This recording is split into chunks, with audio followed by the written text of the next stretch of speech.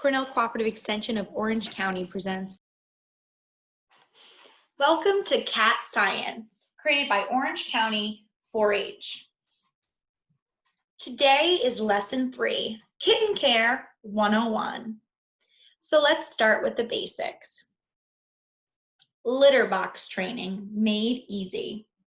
Consistency is the most important thing when litter box training. Please show your cat, him or her, the box as soon as they arrive by setting it near their safe location. Let him or her sniff and examine the box. Be sure not to move your box once you've shown them where it is to avoid confusion. Set your cat in his or her box immediately following a meal and after he or she wakes up from a nap. Reward and praise. Just like with any animal training, there is reward and praise. Reward him or her whenever you notice them using the litter box. Praise them and give them a treat or a toy to reinforce that. Make sure your litter box is the correct size. As your kitten grows, so does your litter box. To make sure that they can go to the bathroom, they have enough room, and that when they're doing their scratching technique, there isn't litter everywhere. And most importantly with litter box training, make sure you're going to keep it clean. Hey everybody, so we're teaching Pollo how to use his litter box. So what you do is that you'll place the kitten in the litter box and you'll scratch their front paws. I like to do scratching their back paws too, so we teach them that they cover up when they go to the potty, okay? So we'll do this every single time we feed Pollo, so he knows after he eats, he goes to the bathroom.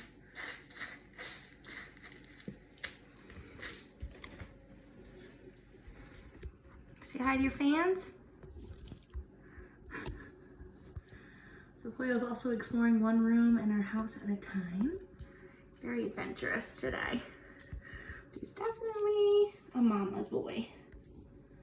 So, all right, so we'll see you soon. Bath time.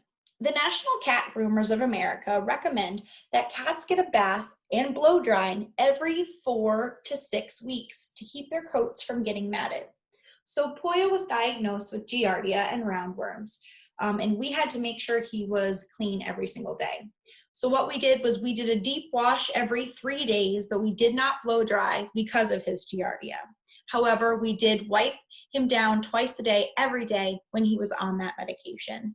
The places where we wiped him down most were the paws, under his butt, and over by his ears in case he had scratched in his ears.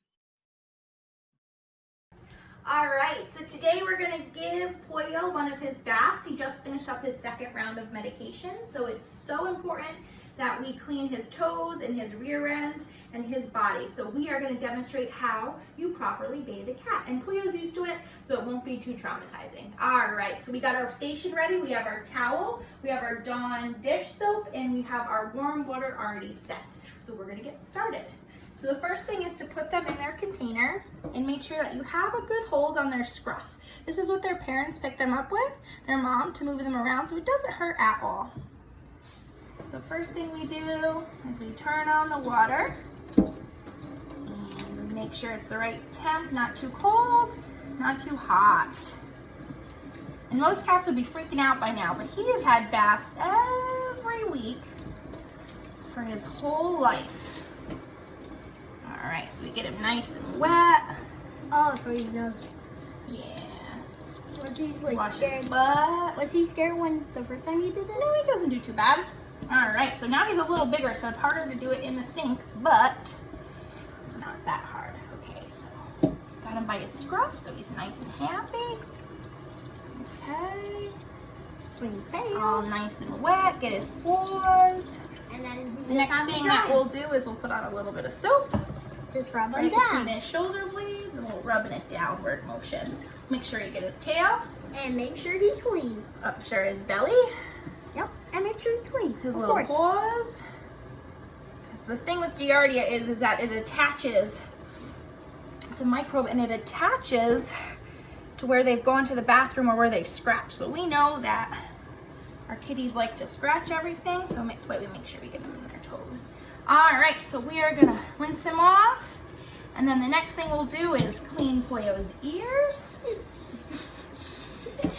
and clip his nails. We do that every week. Woo! He's a jumper. So like I said, make sure if you're doing this with your cat, they've had baths before and you have some parent supervision if you need some help. He's a kitty, he's funny, he's got claws, he likes to jump everywhere. We gotta make sure we get all that soap off. And then his tail. And we'll flip him over. There we go. Make sure we got his butt real good. Alright. So we get all our soap off. Check we got our soap up. One more rinse. Alrighty. Come on, Bubba.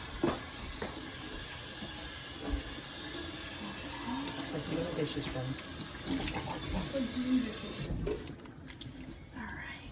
And same thing as And then we're gonna get him all dried up. Alright, so stay tuned for our next part. Alright, so as you can see, our little friend is nice and wet. We're gonna get him all dried off. So the first thing we do after he has his bath is that we are going to clip his nails. So just like you would do a rabbit or anything else, you'd make sure they're nice and secure, and you'd put out the paw that you're gonna clip first, okay? So these are his little nails. Can you guys see? They're a little too long right now. So what we're gonna do is we take a nail clipper and we make sure we just cut off a tiny part. So there's a quick that's in their nails. That is where the vein is, where they will bleed if you cut too close. So we just wanna take off just the top part. And as you can see, Pollo's been doing this again every single week since he's been with us. So he is really pretty calm about it. So first foot done. So then we'll repeat it for all the foots. All right, so we'll be back and then I'll teach you how to clean his ears. All right, so Frank had a really good question.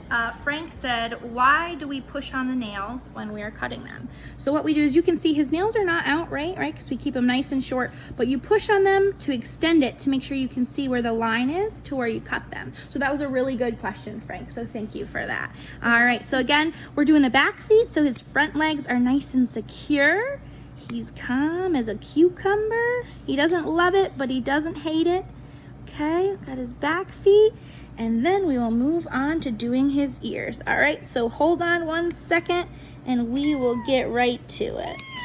All right, so now we're gonna finish up our bath time routine with cleaning in our ears. So as you can see, he has some dirty ears. We were away for a little bit, but that's okay. We're gonna clean them out. So there's his ear canal, right? There's a little hair that's in there. So what we're gonna do is we take a cat wipe, so it's unscented. You could use a baby wipe or something that doesn't have any water that's gonna come out of it. It's just wet enough to get the debris. And you'll put your finger in and you'll wipe up, and you can see just a little bit of stuff comes out. So that is so important that we do that, and that it's so important that you make sure that you switch wipes in between ears so that you don't cross-contaminate if he has some mites or a fungus or something in one or the other. So Pollo's in pretty good shape. We are gonna get him all dried and fluffed up, and then Frank is gonna put on his new suit, and we will show you what he looks like after that. All right, so stay tuned, guys. All right, guys, so as you can see, his ears are nice and cleaned, his eyes are nice and cleaned out. He is still a little damp from his bath.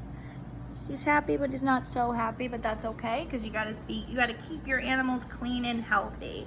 So we are going to put on his Batman suit. His Batman suit. So that is what the kids had picked out when we had first got Pollo, and that was around 3 months ago. So he was so little, but he just reached the proper weight where he can do that, and he can start coming out of his little kennel. So I'm gonna show you guys how to put some clothes on a cat. All right, so again, we always have to make sure that their hind legs and their front legs are nice and secure so they can't hurt themselves or us, okay? And what we'll do is we'll bunch it up just like you're gonna do a baby. So we want to be able to see that the Batman is on his back. So what we'll do is we'll start with his little noggin. Which means head. Very good, Frank. 'Cause Okay, we that's got how that you do it. on. And then we'll start with the first leg. And then the other leg. So as you guys can see from our other videos, Pollo is sporting a new collar. And it again is a breakaway collar, so if he gets hung up on anything, it'll come right off so he can't hurt himself. So I would always suggest that you guys have breakaway collars for your cats, even if they're inside or out. So his little legs are through, his little arms are through. And he is ready to take on the world as a Batman. Fix his little collar, reflectors in his lights so we know he's coming. So let's see how he does in his first outfit. Oh, I like that. All right, what do you think, Pollo? Pollo, what do you think? Well, he's got some getting used to it, but we will stay tuned when he's nice and fluffy. But thank you guys for joining us for bath time routine. And stay healthy. All right, when taking care of our cats, right, or Kitten 101, we always have to make sure we're keeping their area clean, right? We want to promote cleanliness. We want to keep ourselves clean from any germs and bacteria, as well as make sure they're happy and content in the space where they are. That brings us to the next place, a safe place. For Pollo, he was a lot smaller than our larger dog, so we wanted to create a location where he can go when the other animals were out and they were getting acclimated to each other, that he would not get hurt or stepped on or smushed. So we decided to create him a cat palace. As you saw in the videos before, the kids were cleaning it and making sure it's safe. So in his cat palace, when we first started off, he had his toys, his food, he had his scratching post, his litter box, and his cactus bed. So when creating a safe place for your animal or your kitten before integrating them, as well as integrating them into your family, make sure it's comfortable, make sure it's safe and secure, make sure it's only for them, and be consistent to where it's placed. We placed Pollo in our animal room, which is our AKA our dog room, and he had his very own kennel next to the dog, so again, they could be sniffing each other as we acclimated them through. And the most important thing with Kitten Care 101 is lots of snuggles and love. That means lots of snuggles and love from all the kids, all the parents, all the pets, and of course, his mommy. Thanks for joining us, and tune in to our next episode.